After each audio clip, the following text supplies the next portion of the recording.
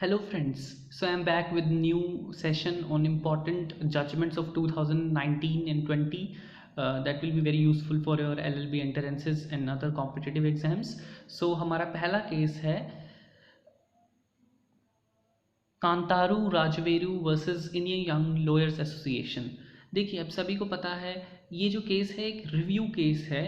कौन से केस का? Indian young lawyers association versus state of Kerala. जो Indian young lawyers association versus state of Kerala is a Sabarimala case, जिसके अंदर सुप्रीम कोर्ट ने सभी एजेस की विमेन को सबरीमाला टेम्पल के अंदर एंट्री दे दी थी।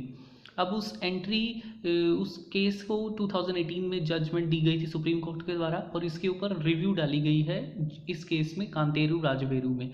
अब इसके अंदर जो एसेंशियल इशू है जो कोर्ट को डिसाइड करना है कि क्या कोर्ट को किसी एसेंशियल रिलीजियस प्रैक्टिस के अंदर इंटरफेयर करना चाहिए। तो इस चीज़ के ऊपर हमारे जो तीन जजेस हैं राजवेरू केस में, वो justice Ranjan Gogoi, justice Khanvelkar and justice Indu Malhotra इस केस को लार्जर बेंच को सौंपना चाहते हैं। देखिए जो हमारा जो सबरीमाला टेम्पल केस है, जो इंडियन यंग लॉयर्स एसोसिएशन वाला केस है, वो 5 जजेस बेंच था, कॉन्स्टिट्यूशन बेंच था। और जो अब जब इसकी रिव्यू डली तो इस रिव्यू पिटीशन पे 3 जजेस चाहते हैं कि इसे लार्जर बेंच जो 7 जजेस बेंच है उसको सौंप देना चाहिए, मगर जस्टिस नारीबेन और चंद्रचूड़ ने दोनों ने इस चीज़ को डिसेंट करा, मना करा कि इसे लार्जर बेंच को नहीं देना चाहिए। और जो पहला डिसीजन है वो सही है कि विमेंस का एंट्री अलाउ करनी चाहिए, और जो सुप्रीम कोर्ट का डिसीजन है वो बाइंडिंग कर देना चाहिए। जो सेकंड केस है हमारा Swati Vidhan Baruah versus state of Assam and others. देखिए ये जो केस है हमारे जो it is related to transgenders persons sensitivity, या कह सकते हैं सोशल वेलफेयर लेजिस्लेशन से रिलेटेड है। ये जो स्वाति विधान बरुआ हैं ये फर्स्ट ट्रांसजेंडर जज हैं असम की। इन्होंने ये इशू रेज़ करा कोर्ट के सामने कि जो इमरजेंसी टाइम्स में जो there is a lack of access of health services for the transgender persons. So इस कोर्ट तो जो सुप्रीम कोर्ट है उसने इस केस के अंडर गवर्नमेंट को डायरेक्शंस दी कि इस चीज़ के ऊपर वो क्लैरिफाई करें। तो गवर्नमेंट ने एश्योर करा कि ये जो सर्विसेज हैं जो आयुष्मान भारत स्कीम के अंदर जो सर्विसेज हैं वो सभी ट्रांसजेंडर पर्सन्स को अवेलेबल करी जाएंगी। नेक्स्ट केस है sexual harassment and CGI case.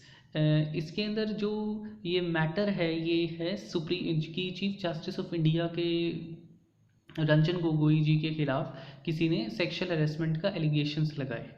तो जो रंजन गोगोई जी थे इस केस में बेसिक मेन इशू था कि जो रंजन गोगोई थे उन्होंने कहा कि ये फैब्रिकेटेड इश्यूज हैं ताकि जो इंडिपेंडेंस ऑफ जुडिशरी को ख़राब करा जा सके। तो 3 जजेस bench justice Arun Mishra, RF Nariman and Deepak Gupta ने सुओ मोटो पावर के अंदर एक इंक्वायरी बिठाई under former chief justice AK Patnaik. So it is essential कि ये फॉर्मर जस्टिस हैं AK पटनायक, और इस इंक्वायरी के अंदर बाद में इस चीफ जस्टिस ऑफ इंडिया को क्लीन चिट दे दी गई, और इस इंक्वायरी को पब्लिक नहीं किया गया, इसलिए सभी ने इसका क्रिटिसिज्म किया। तो नेक्स्ट केस है हमारा Yashwant Sinha versus central bureau of investigation. अब जो रफ़ेल केस है सभी जानते हैं, और यही केस एक रिव्यू है रफ़ेल केस का, रिव्यू पिटीशन डाली गई है। तो इसके अंदर किया गया है कि जितने भी डॉक्यूमेंट्स जो ऑफिशियल सीक्रेट्स एक्ट से लीक होते हैं वो एडमिसिबल हैं कोर्ट के अंदर, सुप्रीम कोर्ट ने ये कहा है। और यदि कोई अनऑथराइज्ड तरीके से ऑफिशियल सीक्रेट एक्ट्स के अंदर किसी चीज़ को एक्सेस करता है, लेता है, तो उसके खिलाफ इंडिपेंडेंट क्रिमिनल प्रोसीडिंग्स भी चलाई जा सकती हैं। ठीक है, तो नेक्स्ट केस है हमारा Ritesh Sinha versus state of Uttar Pradesh. इस केस में क्या है कि मजिस्ट्रेट कोर्ट ने कहा कि मजिस्ट्रेट वॉइस सैंपल्स ले सकता है कि उसके मतलब कि सेल्फ इंक्रिमिनेशन हो सकता है, ये उसकी राइट टू प्राइवेसी को वॉयलेट नहीं करता है। कोर्ट ने कहा कि right to privacy can not be construed as absolute, कि वो एब्सोल्यूट नहीं है, वो पब्लिक इंटरेस्ट में उससे वॉइस सैंपल्स लिए जा सकते हैं। नेक्स्ट हमारा केस है अयोध्या टाइटल डिस्प्यूट ये जो हमारा अयोध्या का केस है, बाबरी मस्जिद वाला केस है, इसका नेम है एम सिद्दीकी वर्सेस महंत सुरेश दास। ये 5 जजेस बेंच था, कॉन्स्टिट्यूशन बेंच ने इसकी जजमेंट दी है यूनानिमसली। यूनानिमसली का मतलब सभी ने ही एक डिसीजन दिया है, 5-0। ठीक है, सो ये इसमें जो जजमेंट है ये श्री राम विराजमान जी के फेवर में आई है। और साथ ही साथ जो सुप्रीम कोर्ट ने गवर्नमेंट को डायरेक्शन दी है कि सुन्नी वक्फ बोर्ड को एक अल्टरनेट साइट दी जाए अयोध्या के अंदर ही 5 एकड़ ऑफ लैंड, ताकि उधर मस्जिद बनाई जा सके। नेक्स्ट केस है हमारा राफेल फाइटर जेट डील। इस केस का नाम है मनोहर लाल शर्मा वर्सेस नरेंद्र दामोदर दास मोदी। ठीक है, तो इसमें जो बेसिकली जो कोर्ट ने यूनानिमस जजमेंट देके कहा कि court monitored investigation of the union government purchase of Rafale, मतलब कि उन्होंने ये कहा कि हम इस चीज़ के अंदर इन्वेस्टिगेशन नहीं कर सकते हैं, और कोर्ट के जो पावर्स हैं उसकी जुरिस्डिक्शन में ये चीज़ नहीं आती है कि वो डिफेंस डील्स को चेक करे। और 2019 में जो इसकी रिव्यू पिटीशन डली तो सुप्रीम कोर्ट ने इसको मना कर दिया। नेक्स्ट केस है हमारा that is Swati Agarwal versus union of India.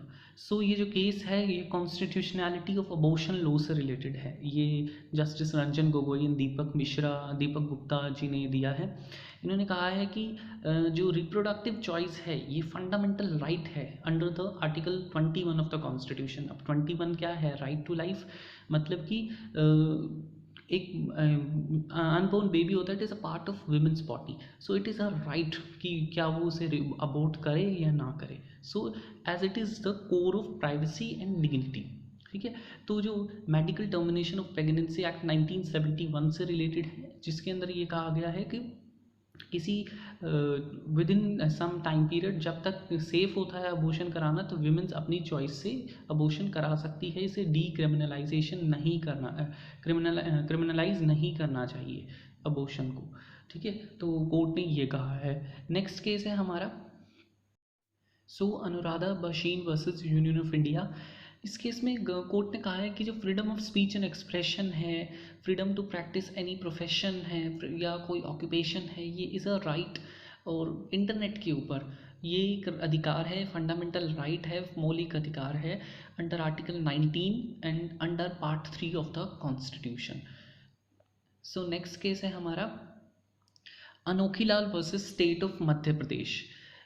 इसमें बताया गया है कि यदि कोई भी केस, ऐसे कोई भी केस जिसमें लाइफ सेंटेंस की पॉसिबिलिटी है या डेथ सेंटेंस की पॉसिबिलिटी है, तो वहाँ पर जितने भी एडवोकेट्स करे जाते हैं, लगाए जाते हैं, उनको कम से कम 10 साल की प्रैक्टिस हो बार के अंदर। ठीक है, और तभी उनको एमिकस क्यूराई के लिए अपॉइंट करा जाए या किसी लीगल सर्विसेज के लिए अपॉइंट किया जाए। ठीक है, नेक्स्ट केस है हमारा Milap Chand Dandia versus state of Raj and another. That is it is a case related to violation of article 14, that is right to equality. ये राजस्थान हाई कोर्ट की जजमेंट है। एक Rajasthan minister salaries amendment act 2017 को इलीगल बता रहा है, जिसके अंदर इस अमेंडमेंट के अंदर जितने भी फॉर्मर चीफ मिनिस्टर्स होंगे राजस्थान के, उनको लाइफ लॉन्ग फैसिलिटीज़ मिलेंगी जो एक सीएम को मिलती हैं। तो इस किसी पर्सन जो मिलाप चंद दांडिया हैं, इन्होंने पटिशन डाली और इसे राजस्थान हाई कोर्ट ने इस अमेंडमेंट को इलीगल कहा और ऐसा कहा कि ऐसा कुछ नहीं है। ये रिटायर होने के या अपनी अवधि ख़त्म करने के बाद किसी भी चीफ मिनिस्टर्स को इतनी फैसिलिटीज़ नहीं मिलेंगी, क्योंकि वो चीफ मिनिस्टर अपनी चीफ मिनिस्टर सीट से ख़त्म होते ही, अपने टर्म को ख़त्म होते ही लाइक ए कॉमन मैन है। तो that's why it is a violation of article 14। So that's why the government ने उस Rajasthan minister salaries amendment act को इलीगल ठहराया। नेक्स्ट केस है हमारा Indian hotel and restaurant versus state of Maharashtra. इस case में ये केस है क्योंकि महाराष्ट्र की गवर्नमेंट ने सभी डांस बार्स के ऊपर एब्सोल्यूट बैन लगा दिया था, और सुप्रीम कोर्ट ने कहा कि जो गवर्नमेंट है ऐसे टोटल जो प्रोहिबिशन है बार्स के ऊपर नहीं कर सकती है। और जो गवर्नमेंट ने वहाँ पर अल्कोहल सर्विंग के ऊपर बैन लगाया था उस बैन को भी हटाया।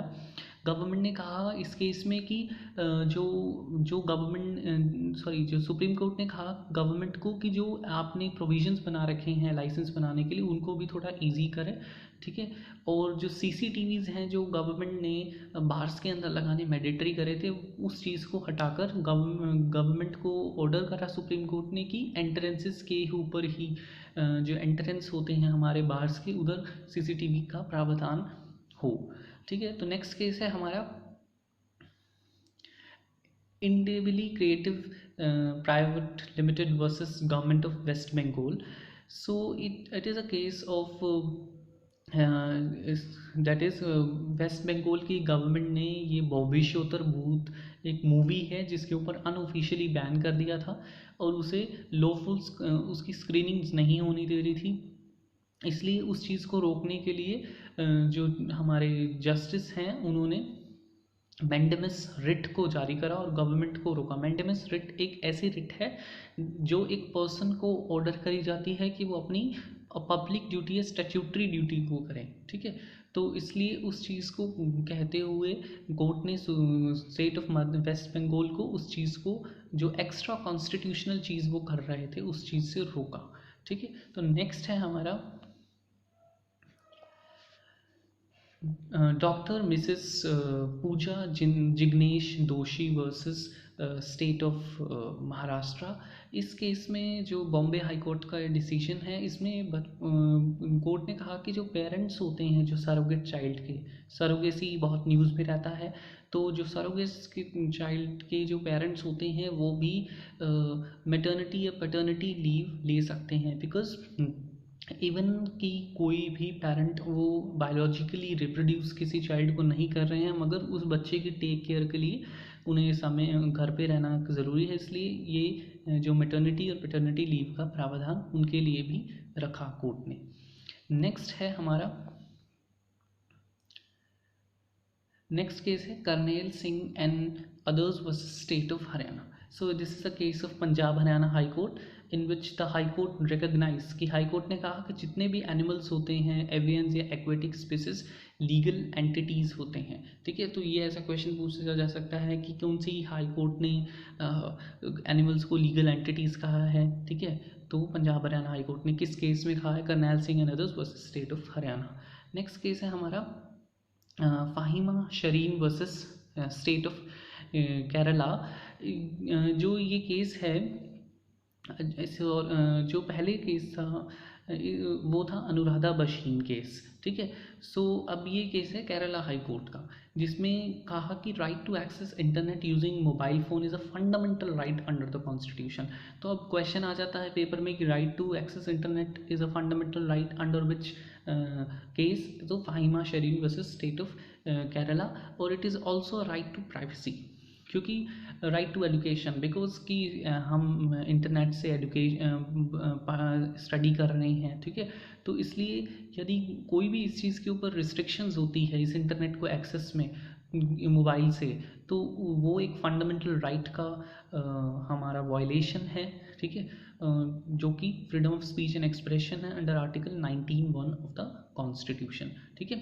तो कोर्ट ने इसमें कहा कि जो right to access internet is a fundamental right and it is also right to privacy and right to education, right to privacy under article 21, ठीक है, under right to life and right to education under article 21A। Next is Mukesh Kumar versus state of Uttarakhand. अब इस case में supreme court ने कहा कि reservation इन promotions, ठीक है, कि प्रमोशंस के अंदर reservation is not a fundamental right, ठीक है। और आप स्टेट को कंपेल नहीं कर सकते हो कि वो शेड्यूल ट्राइब्स और शेड्यूल कास्ट मेंबर्स को पब्लिक पोस्ट के अंदर रिजर्वेशन दे, क्योंकि आर्टिकल 16 और 16A are only enabling provisions. Enabling provisions का मतलब होता है ऐसे प्रोविजंस जो पावर दे रहे हैं गवर्नमेंट को कि वो स्टैट्यूट और कॉन्स्टिट्यूशन को एनफोर्स करा सके, ठीक है। तो ये सिर्फ एनेबलिंग प्रोविजंस हैं, इसलिए कोई भी स्टेट को कंपेल नहीं कर सकता है, स्टेट का मतलब स्टेट गवर्नमेंट को कंपेल नहीं कर सकता है कि वो प्रमोशंस के अंदर भी रिजर्वेशन का प्रावधान रखें। नेक्स्ट केस है हमारा Swiss Ribbons versus Union of India. So this is very simple case. In this case की जो insolvency and bankruptcy code 2016 की constitutionality को question करा गया था और इसमें सुप्रीम कोर्ट ने उसको अपहोल्ड करा कि ये सही है, ये संवैधानिक कोड है. नेक्स्ट हमारा जो केस है Shrimant Bala Saheb Patil versus honourable speaker Karnataka legislative assemblies and other. इसमें क्या हुआ था कि जो स्पीकर थे कर्नाटका असेंबली के, लेजिस्लेटिव असेंबली के, उन्होंने वहाँ के एमएलएज को डिस्क्वालीफाई कर दिया था अब उनकी रेस्ट ऑफ द टर्म के लिए. और इससे सुप्रीम कोर्ट ने कहा कि the speaker does not have any power to disqualify the MLAs. और इसलिए जो हम स्पीकर का डिसीजन था उनको डिस्क्वालीफाई करने का, उसको अनकॉन्स्टिट्यूशनल कहा सुप्रीम कोर्ट ने. Next case is Hindustan construction company versus union of India. So in this case the section 87 of arbitration and conciliation act 1996 was challenged. क्योंकि ऐसा कहा गया कि section 87 is a violation, article 14 की वॉयलेशन कर रहा है. तो सुप्रीम कोर्ट ने इस डिसीजन के अंदर, इस केस के डिसीजन में आर्टिकल सेक्शन 87 को रिमूव कर दिया आर्बिट्रेशन एंड कॉन्सिलेशन एक्ट से. Next case is Prithviraj Chauhan versus union of India and others. इस केस में जो कॉन्स्टिट्यूशनैलिटी है, जो SC/ST prevention of atrocities amendment act 2018 को वैलिड बताया. और साथ साथ कोर्ट ने कहा कि एंटीसिपेटरी बेल दी जा सकती है सिर्फ उसी केसेस में जब प्राइमा फेसी या कोई केस ना बनता हो. नेक्स्ट केस है हमारा Alok Verma versus union of India. तो जो सेंट्रल गवर्नमेंट है उन्होंने आलोक वर्मा जो CBI के डायरेक्टर थे उनको रिमूव कर दिया था और सुप्रीम कोर्ट ने उस सेंट्रल गवर्नमेंट के उस डिसीजन को गलत बताते हुए उन्हें आलोक वर्मा को दोबारा से रीइंस्टेट का मतलब उन्हें दोबारा CBI डायरेक्टर बना दिया. नेक्स्ट केस है हमारा राम बाबू सिंह ठाकुर वर्सेस सुनील अरोड़ा. सो जो अब ये जो केस है इसमें ये it is a case related to criminalisation of politics. कि इसमें सुप्रीम कोर्ट ने कहा सभी पार्टीज़ को कि आप सभी अपने पार्टी मेंबर्स के क्रिमिनल बैकग्राउंड को डिस्प्ले करोगे अपनी पार्टी वेबसाइट के ऊपर. और साथ साथ इलेक्शन कमीशन को कहा कि सुप्रीम कोर्ट को आप रिपोर्ट करोगे यदि कोई भी पॉलिटिकल पार्टी इसका वॉयलेशन इसको फॉलो नहीं करती है या इसको कंप्लाइंट नहीं करती है. नेक्स्ट हमारा केस है मृणाली पदी versus union of India. So under article 32 to direct an investigation inquiry into the disappearance of the keys to the Ratna Bhandar of the Shri Jagannath Temple Puri. इसमें क्या कहा गया है कि अंडर आर्टिकल 92 ये investigation करी गई है कि जो रत्न भंडार है, जो रत्न भंडार होता है उसकी डिसअपेरेंस के लिए. तो सुप्रीम कोर्ट ने इसमें कहा है कि right to religious affairs is a fundamental right. तो इस के अंदर कोर्ट को इंटरफेयर नहीं करना चाहिए. मगर यदि कोई भी इसको जो मैनेजमेंट है रिलीजियस इंस्टीट्यूशन की उसे ढंग से मैनेज नहीं होगी या मिसमैनेजमेंट होगी तो उस केसेस के अंदर सुप्रीम कोर्ट गाइडलाइन दे सकती है उनकी प्रॉपर मैनेजमेंट के लिए. नेक्स्ट केस है हमारा consequential seniority in Karnataka, that is BK Pavitra versus union of India case. इस केस में क्या है कि एक पहले केस आया था इससे related M Nagaraj versus union of India case. उस केस में क्या हुआ था कि कोर्ट ने कहा था कि ये स्टेट गवर्नमेंट की डिस्क्रिशन होती है कि वो प्रमोशंस में रिजर्वेशन दे या ना दे. ठीक है. तो मगर अब ये जो केस आया है इसमें इस केस में क्या है कि यदि कोई भी रिजर्व कैटेगरी का कोई पर्सन है वो रिजर्वेशन के बेसिस के ऊपर सीनियर बन जाता है तो उसके बेसिस की जो सीनियरिटी है वो रिटेन रहेगी. ठीक है.